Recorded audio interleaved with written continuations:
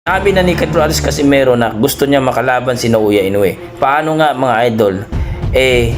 Ang porsige lang na makalaban si Casimero dito kay Naoya Inoue, ang maging mandatory challenger ni Naoya Inoue. Ang problema mga idol, isang taon hindi napalaban si Casimero.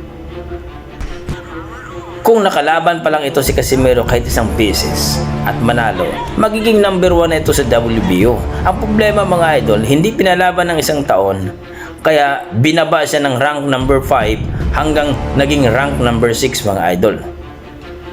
At itinaas itong si TG Duhine at kinalaban ni Naoya Inoue itong si TG Duhine. Anong reason mga idol?